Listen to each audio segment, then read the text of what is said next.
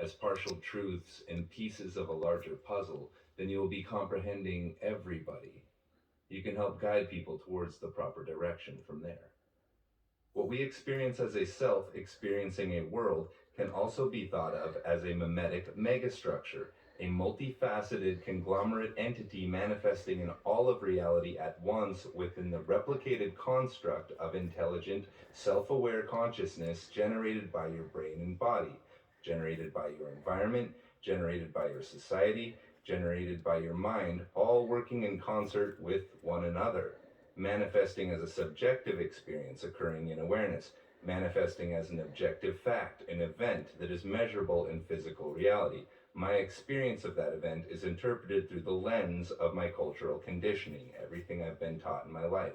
It can be communicated from me to you and then become something in your own mind which is fundamentally different from whatever it is that is actually shared between us in the intersubjective space existing as we develop our relationship between one another through communication. It becomes a public reality through the public's interpretation of what I reveal to it, through the documented public fact that I have communicated this to you in this objective event right now. Our capacity to comprehend one another rests upon the social infrastructure and historical moment in which you and I find ourselves. These are all different perspectives on a single thing. The dividing lines are imaginary. Everything is occurring in all four quadrants at once, being interpreted through a state and various lines at various stages and various typologies. It's hard to actually talk about reality at all without including at least all of those factors into the discussion. This is the most stable, mature, healthy, up-to-date version of comprehending reality which exists at this time.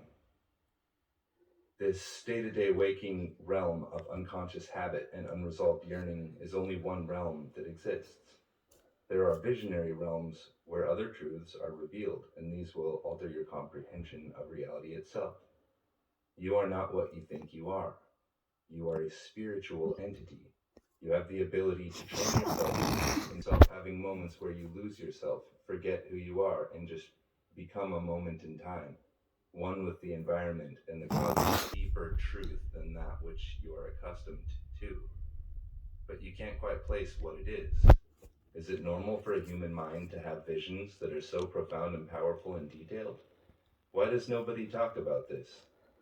I feel like I'm waking up from a trance, a coma even, that I have been stuck in most of my life, that I've been sleeping.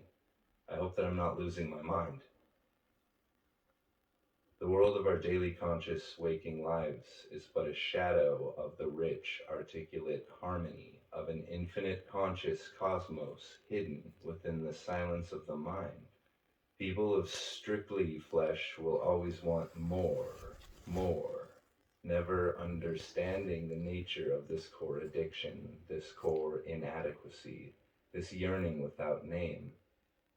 If only you could see that you have become alien from your own heart, from your own divine nature, which you can directly experience and visit, and which can reveal a more powerful truth than any bliss or any peace you've ever felt or known.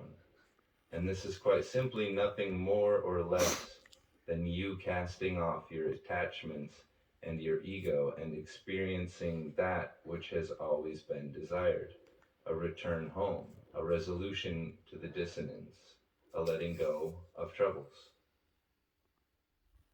All of worry and fear, all of conflict and doubt are due to mistaken identity. You have forgotten the true nature of yourself. You have become convinced that the story of your life is your identity and your nature, but actually, you were here prior to that. You are here always. You are never born and you never die. If you haven't yet seen or realized this, there is nothing else worth knowing or seeing, because until you've been here, and unless you are here now, you will believe yourself to be a prisoner, trapped in the stream of time, in the delusion of a personal identity and ego, in the story and relationships of an imaginary stranger, in samsara and illusion and sorrow and suffering, the world where you are given gifts and then the gifts are taken away. You are not free until you are experiencing only pure consciousness in the present moment.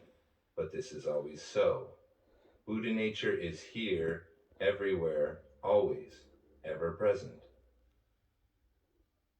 We return now here to the current state of that which is arising, and still we are only consciousness, only light, only the energetic bliss of creation, Buddha nature, Christ consciousness, only here, now, forever, always, without beginning or end. This moment is the divine moment. This self, the self of Godhead. As we expand into each quadrant, each line, each level, we engage with every type. We activate every level, every interaction, every perspective in every being. Nothing has ever happened. There is only one experience. There is no story. You are radically free of this constructed reality.